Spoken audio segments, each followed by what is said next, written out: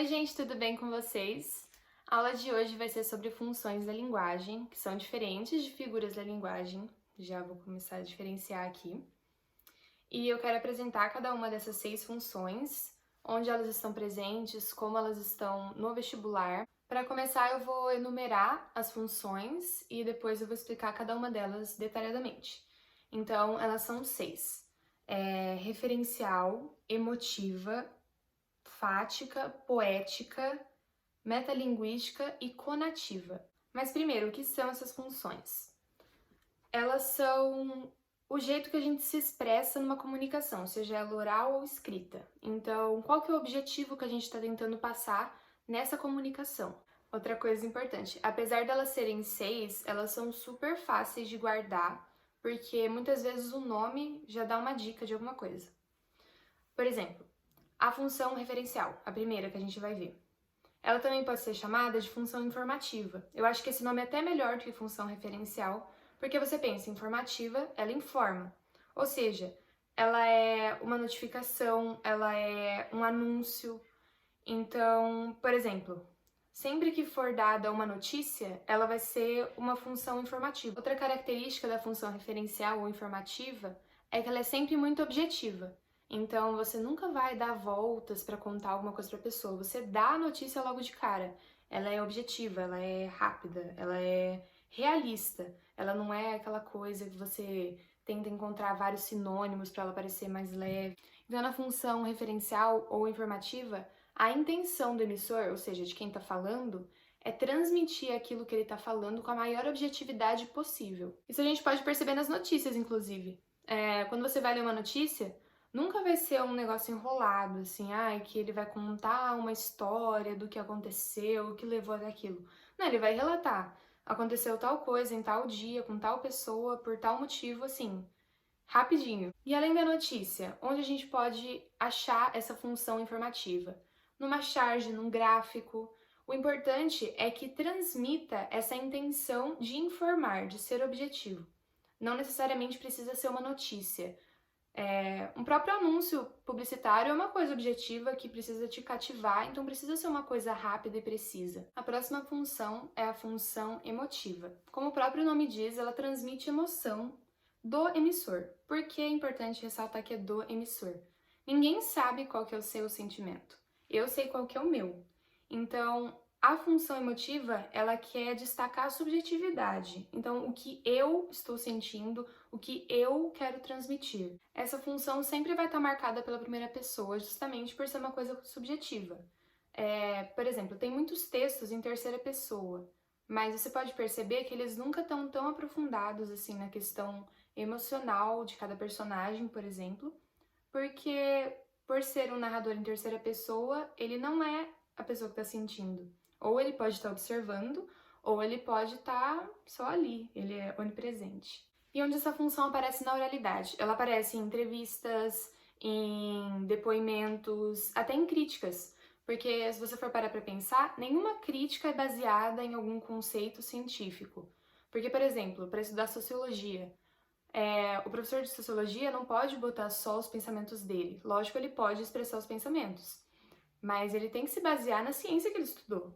A crítica não. Por exemplo, você vai fazer uma crítica de cinema. Você vai julgar o filme de acordo com seus gostos, de acordo com seus estudos sobre cinema, mas tudo tem que ter a sua personalidade naquilo, a sua subjetividade. A próxima função é a função fática. Eu acho a mais simples e é a que a gente mais usa. Como assim? A função fática é aquele bom dia que você dá para o seu vizinho na hora de sair de casa. É aquele boa tarde que você dá para o professor na aula. Você está estabelecendo um contato direto com uma pessoa. Você está se referindo a uma pessoa.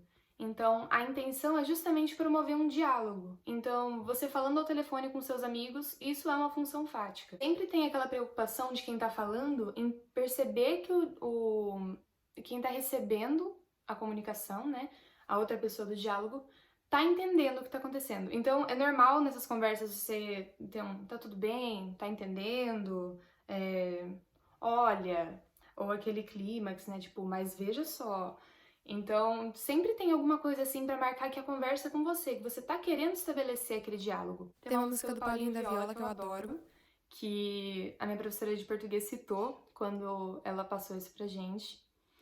E eu vou deixar pra vocês no YouTube, eu vou deixar na descrição, porque é uma música que representa bem como que a função fática ela é divertida. Eu gosto muito de estudar com música, então quem sabe vocês não escutam e gostam, um sambinha bem gostoso. A função poética ela é um pouco diferente das outras, principalmente da fática, porque o objetivo dela está na própria estrutura.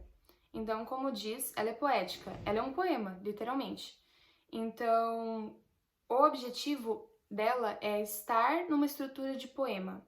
Então, ter rimas ou ter métrica ou ter os dois, ter alguma coisa que a caracteriza como um poema. Às vezes, ela pode não ter rima nem métrica contada, por exemplo, 10 sílabas.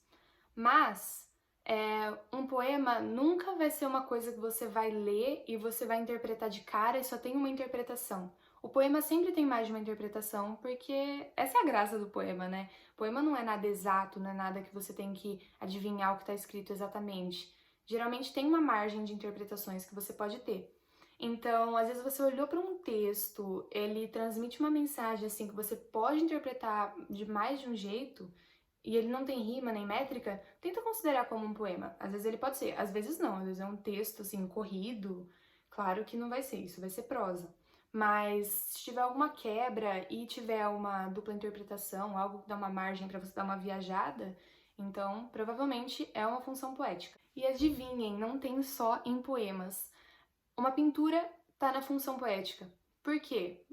Pintura eu acho incrível. Você olha pra ela e você pode imaginar várias coisas diferentes. Eu adoro olhar pra pintura e imaginar o que foi que o pintor pensou, qual foi a inspiração, principalmente a arte moderna, porque eu acho muito difícil de interpretar arte moderna. E tudo isso faz parte da função poética. Função metalinguística, como o próprio nome diz, ele estabelece uma metalinguagem. E o que é uma metalinguagem? Por exemplo, eu escrever uma música sobre escrever uma música.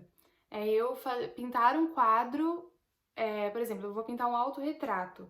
No autorretrato tem a minha mão pintando o autorretrato. Isso é metalinguagem.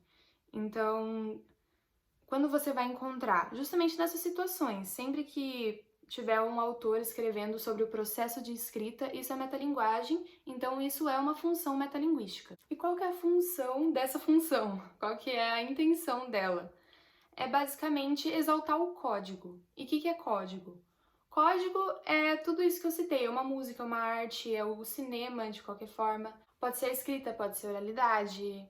Então, tudo isso é o código, é o foco do que o autor ou o transmissor, de qualquer forma, está querendo passar. Código é sempre o foco, o objetivo. Então, se o objetivo é falar sobre a oralidade, o emissor vai falar sobre isso, sobre o processo da oralidade dentro do processo de oralidade.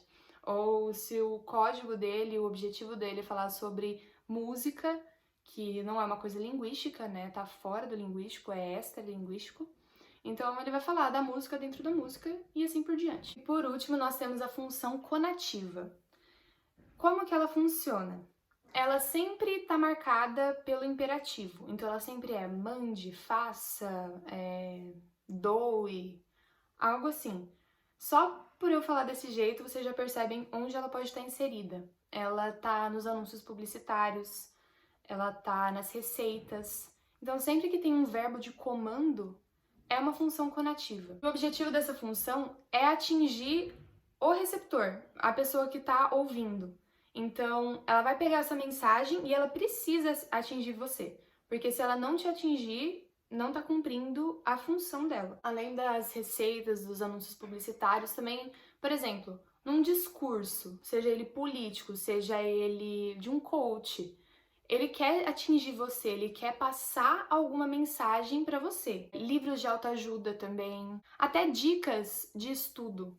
Por exemplo, sempre vai ter relaxe antes de começar, descanse entre as aulas, algo assim. Então, isso é um verbo de comando, isso está na segunda pessoa. Isso está transmitindo uma mensagem para você e o objetivo é que você siga isso. E caso vocês estejam se perguntando como isso cai no vestibular, são questões bem objetivas. Então, qual dessas alternativas expressa a função, sei lá, referencial? Aí você tem que achar. Ou qual dessas não tem nada a ver com tal função da linguagem? Que pode acontecer, por exemplo, no Enem, eles pedirem um texto e pedirem para você localizar, localizar não, para você identificar qual que é a função daquele texto. Se ele está na função fática, se está na função referencial, se está na função poética e por aí vai. O Enem é mais provável de colocar um texto e pedir para identificar porque é a cara do Enem, né? Mas os vestibulares podem ser mais objetivos. Enfim, gente, era isso. Eu espero ter ajudado, espero ter deixado claro o que são as funções, como elas estão presentes. E é isso, até semana que vem!